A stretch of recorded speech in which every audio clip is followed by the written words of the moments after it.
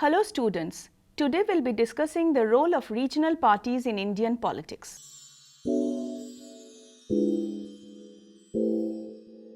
The objective for today's discussion is to give you an understanding and insight into the reasons for the emergence of regional parties since the 1980s, the nature of regional parties as well as the importance of regional parties in Indian multi-party federal democracy. In order to give you a grasp of the entire array of regional parties and their functioning, I have divided the entire discussion into a number of segments.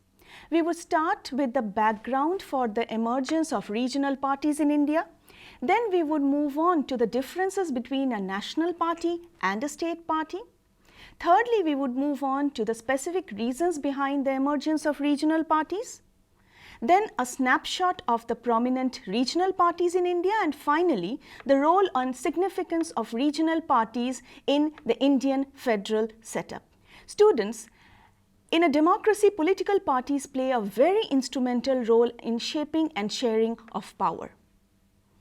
As a multi-party democracy, Indian politics has been shaped by the functioning of multiple political parties, some national, some regional, and some operating at both the levels of the polity. Now, India has a very vibrant multi-party system since independence, and even before independence, political parties have played an instrumental role in the anti-colonial movement. During the last 3 decades, political parties have undergone drastic changes both quantitatively as well as qualitatively. It is estimated that over 2,100 registered parties have appeared in India at different points of time since independence. Now only 6 national parties and approximately 30 regional parties are active in both central and state level politics. Multiplicity of factors, political, social, economic, cultural, ethnic, have contributed to the emergence and popularity of regional parties in India. The presence of too many distinct and diverse regions in India with their own regional sentiments, feelings, needs and aspirations, often neglected or unfulfilled, contributed to the rise of regional parties in India. Now students, it is imperative to understand what is that criteria which determine a national party and a state party. According to the Election Commission of India, a national party should fulfill certain conditions in order to be eligible to be called a national party. They are: if a party secures 6% of valid votes polled in any of the 4 or more states at a general election to the Lok Sabha or to the Legislative Assembly, and in addition it wins 4 seats in the Lok Sabha from any state or states, or if it wins 2% of seats in the Lok Sabha at a general election and these candidates are elected from at least 3 states, or it is recognized as a state party in 4 states. This is about the criteria of a national party. Let's move on to the criteria of a state party. A party is recognized as a state party if it fulfills any of the conditions. If it secures 6% of the valid votes polled in the state at a general election or to the Legislative Assembly election of that state concerned, and in addition it wins at least 2 seats in the assembly of the state concerned, or if it secures 6% of the valid votes polled in the state at a general election to the Lok Sabha from the state concerned, and in addition it wins at least 1 seat in the Lok Sabha from the state concerned, or if it wins 3% of seats in the Legislative Assembly at a general election to the Legislative Assembly of the state concerned, or 3 seats in the assembly, whichever is more. Or there is another criteria: if it wins 1 seat in the Lok Sabha for every 25 seats or any fraction thereof allotted to the state at a general election to the Lok Sabha from the state concerned, or if it secures 8% of the total valid votes in the state at a general election to the Lok Sabha, from the state or to the legislative assembly of the state.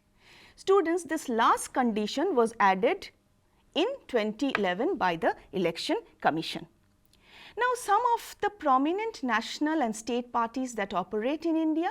Among the national parties, we have the Bharatiya Janata Party, the Bahujan Samaj Party, the Communist Party of India, the Communist Party of India Marxist, Indian National Congress and the Nationalist Congress Party.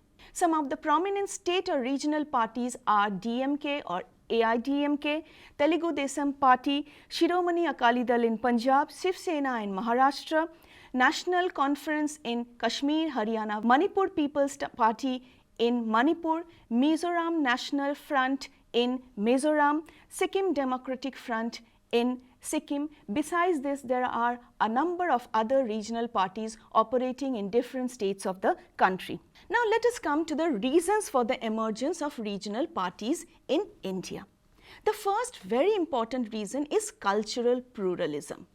The presence of a number of ethnic, cultural, dynamic groups in the country have led to the rise of a number of regional parties. These regional parties represent and fulfill the aspirations and needs of the different ethnic and cultural groups. For example, if you look into the Shiromani Akali Dal, which represents the interest of the Sikhs in Punjab. Similarly, if you look into the Samajwadi Party, or if you look into the Bahujan Samaj Party, they represent caste interests. Similarly, you have the Jharkhand Mukti Morcha which represent Adivasi tribal interest, or the Gorkha Janmukti Morcha representing the interest of the Gorkhas in North Bengal. The second reason for the rise of regional parties in India was the inability of national parties to give due representation to newly emergent socio-economic factors in the major regions of the country.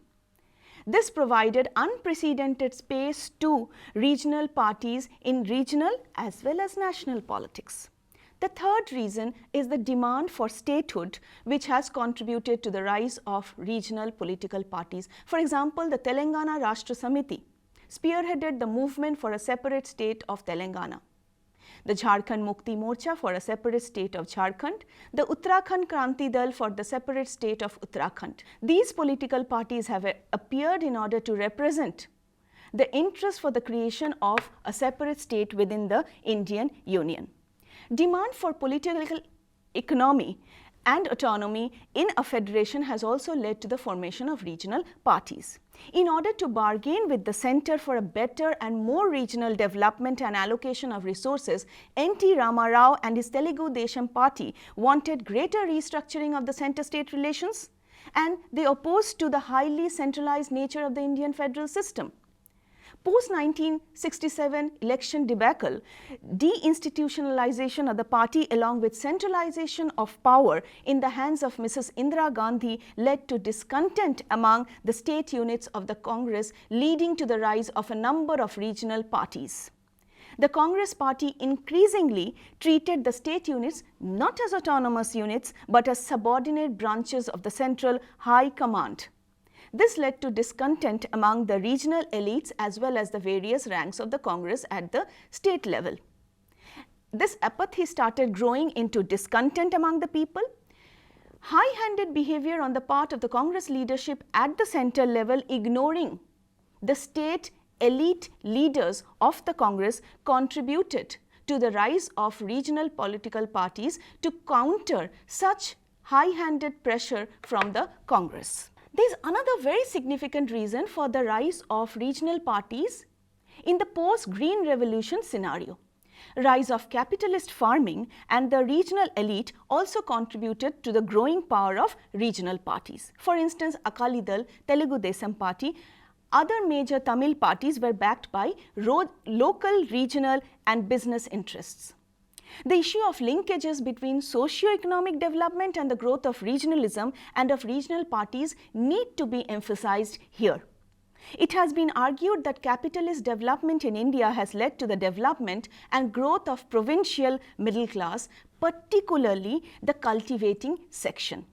Green Revolution and related development in the agrarian sector, introduction of new agricultural technology have made agriculture a commercial venture in India, which depends on the success of the market and, most importantly, the national market. The provincial middle class who control such commercial agricultural ventures take shelter under a regional cause or even help it materially and sometimes morally in order to compete with other regions for a price in the national market. In order to help this commercially developed agrarian middle class, regional political parties play a very important role in fulfilling their aspirations. Lopsided development in various states has also contributed to the rise of regional parties since the 1980s. The peculiar nature of the colonial economy as practiced by the British in India created development parities among different regions of the country. Since the colonialists were solely led by profit motive, regions rich in economic potentialities and easily accessible were developed. Others were either unutilized or merely served as providers of raw materials or otherwise completely neglected by the British government.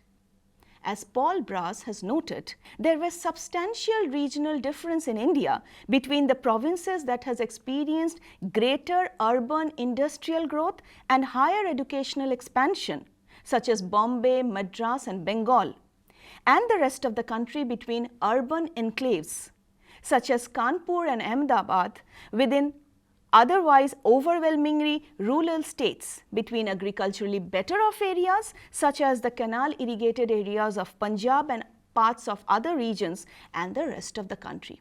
This lopsided development contributed to the rise of regional parties.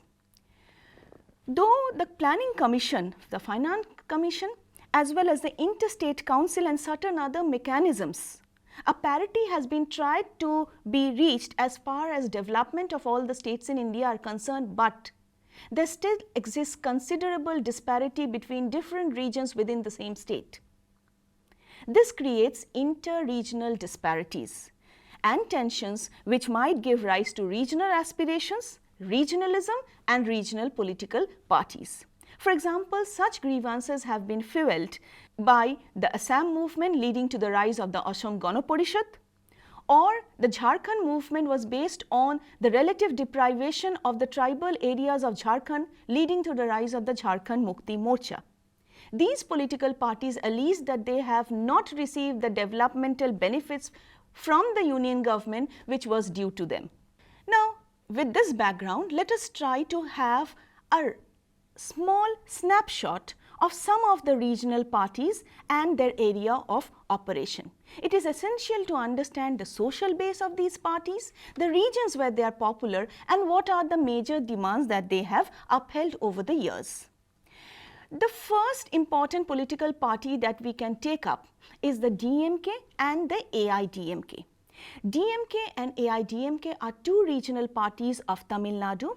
AIADMK had broken away from the parent DMK in 1972.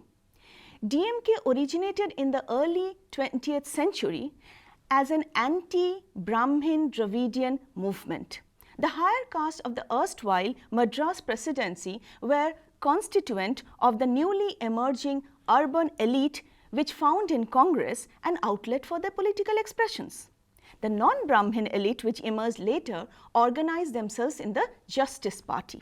But the radical reformist section broke away from the Justice Party due to its urban elitist nature and joined the self-respect movement led by E.V. Ramaswamy Naikar in 1925. It was a purely anti-Brahmin movement with people belonging to the lower caste and exploited classes as its major support base. In 1944, the self-respect movement and the Justice Party combined to form the DMK. The intense anti-Brahminism of the DK was extended to anti-Congressism as it perceived the Indian National Congress as a party of the Brahmins. The more moderate and the nationalist segment broke away under the leadership of C.N. Annadurai to form the DMK in the year 1947. It strongly opposed to Hindi being given the status of official language, helped in the creation of Tamil subnationalism, which became the main force behind DMK's rising popularity in the country.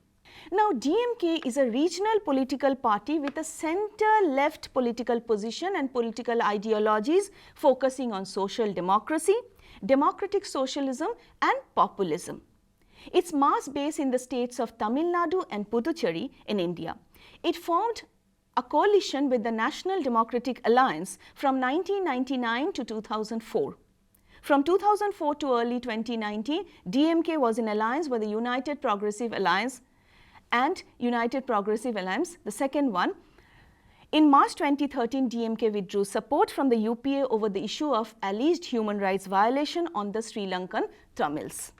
Coming to the Telugu Desam Party, which came into operation in 1982 in Andhra Pradesh, and it was formed by the eminent film personality N.T. Rama Rao. It represented the voice of protest in the state against the deteriorating standard of living, inflation, rising cost of living, and representing the interests of the middle class. It raised the demand for restructuring of center-state relations in favor of more powers to the states.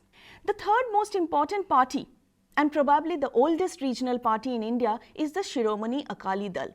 It was formed on 14 December 1920 as a task force of the Shiromani Gurudwara Prabandhak Committee, the Sikh religious body.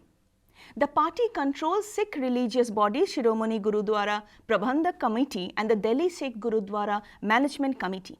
The basic philosophy of the Shiromani Akali Dal is to give political voice to Sikh issues, and it believes that religion and politics can go hand in hand. With Indian independence in 1947, the Shiromani Akali Dal spearheaded a movement for a separate Punjabi Suba. It fought for a separate state for the Punjabi-speaking Sikhs in India, and it was successful in carving out a separate state of Punjab in the year 1966.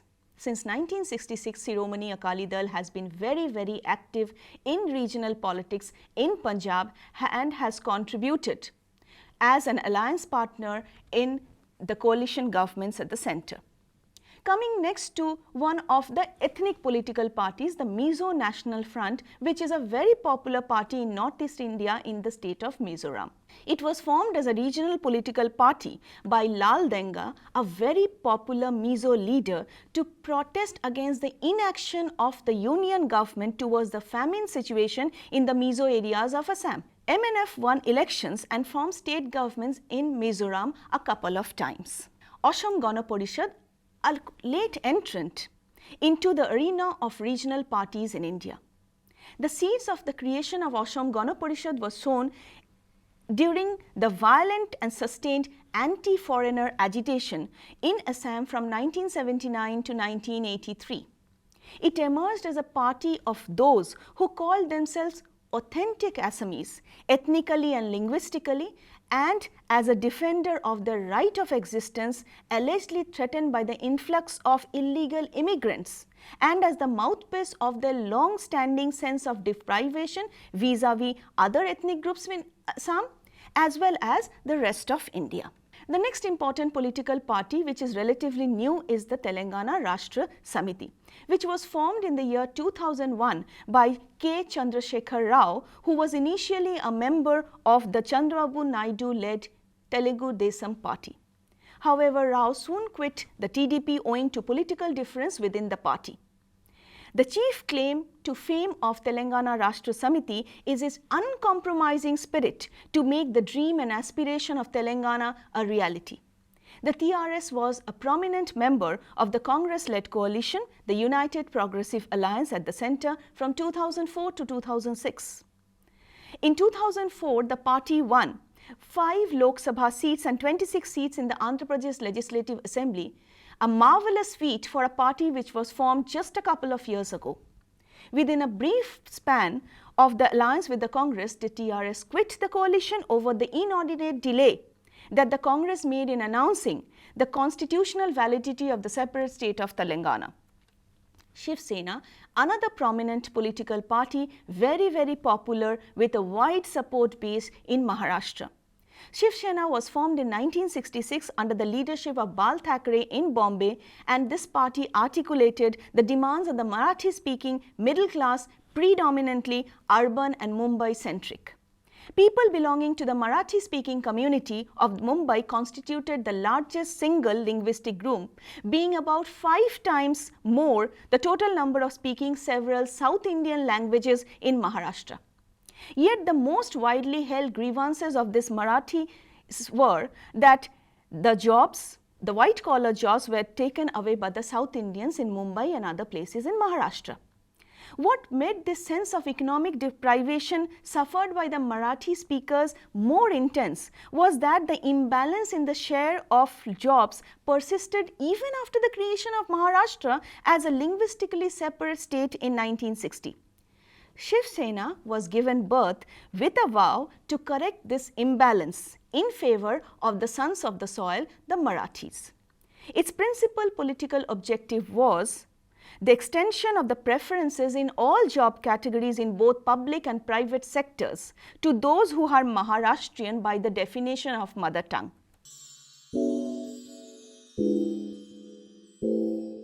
Let us come to the role of regional parties in Indian politics. It is widely believed the regional parties have shaped and changed the contours of Indian politics. Regional parties have contributed to the strengthening of the Indian parliamentary democracy in a number of ways. Firstly, regional parties have posed the most powerful challenge to India's one-party dominant system or the one-party Congress system. In fact, these have terminated the era of Congress domination in the Indian party system and have introduced the system of multiple political parties. They have also contributed to competitive dominance both at national as well as state politics. They are not to be looked upon simply as discrete locally placed political entities, but as important mechanisms of interest articulation and interest aggregation in the area where they are placed and thereby enter into an interactive process of governmental penetration, performance at various levels and society's response to such penetration and performance. Secondly, the regional political parties have made a strong impact on the nature and course of Indian federalism. They have also played a very important role in restructuring of center-state relations. In the past, the emergence of several tension areas in center-state relations in India and the intensity gathered by the demand for the grant of greater autonomy to the states emerged largely due to the emergence of a large number of regional parties which were very active and very powerful regional actors. For example, if you look into the operation of the DMK, the AIDMK, the Telugu Desam Party, the Shiromani Akali Dal or the Telangana Rashtra Samiti. The state leadership tried to become more and more assertive in their dealings with the central leadership, and the center became more responsive to the demands of these regional parties. Finally, the liberal democratic frame of reference, regional democratic parties have made popular participation in the political process more extensive. Such arousing of regional consciousness and thereby organizing regional agitations demanding more autonomy and power for the regions and the states, and the instrumentality of multiplication of such regional parties should never be viewed as divisive unless they vow to break up India, which regional parties have never done so far. In fact, regional parties are complementary forces emerging out of a gradually maturing normal centrifugal tendency in a federation, indicating more of participatory character of Indian politics. In other words, these regional parties have offered more choices to the Indian electorate, both at the national as well as the regional level.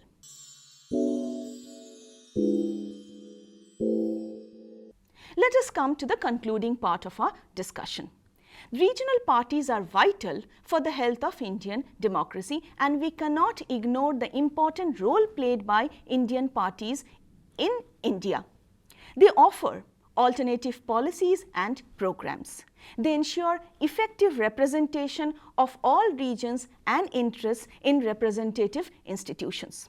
The regional parties can have better access to the concerns of the local people and also the various caste groups, minorities, ethnic communities. In the context of the diverse structure of Indian society and polity, regional parties also relieve the national parties from their burden. Better inter-party democracy is also possible in the case of regional parties. Regional parties facilitates better coordination and better representation of their constituencies at the national as well as in the legislatures. However, critics argue on ground of national unity and disintegrative tendencies. To many of the scholars, regional parties destabilizes Indian polity and results in political stalemates and crisis. But this argument is not validated through the Indian experience. In India, the ever-increasing number of Indian political parties and regional groupings might have resulted in hung parliaments, minority governments, but they positively promoted the cause of Indian democracy. The test of a political party students is their public acceptance, and in India, regional parties have effectively mobilized public support and become legitimate champions of popular will. Therefore, their presence can never be ignored in Indian politics. The importance and significance of regional politics can be seen in the way they have become important partners in coalition governments at the national level. Summing up today's discussion, what have we learned so far? We have learnt about the differences between the national and state parties, the different reasons for the emergence of regional parties in India, and finally, the significance and important role played by regional parties in strengthening Indian democracy. Thank you.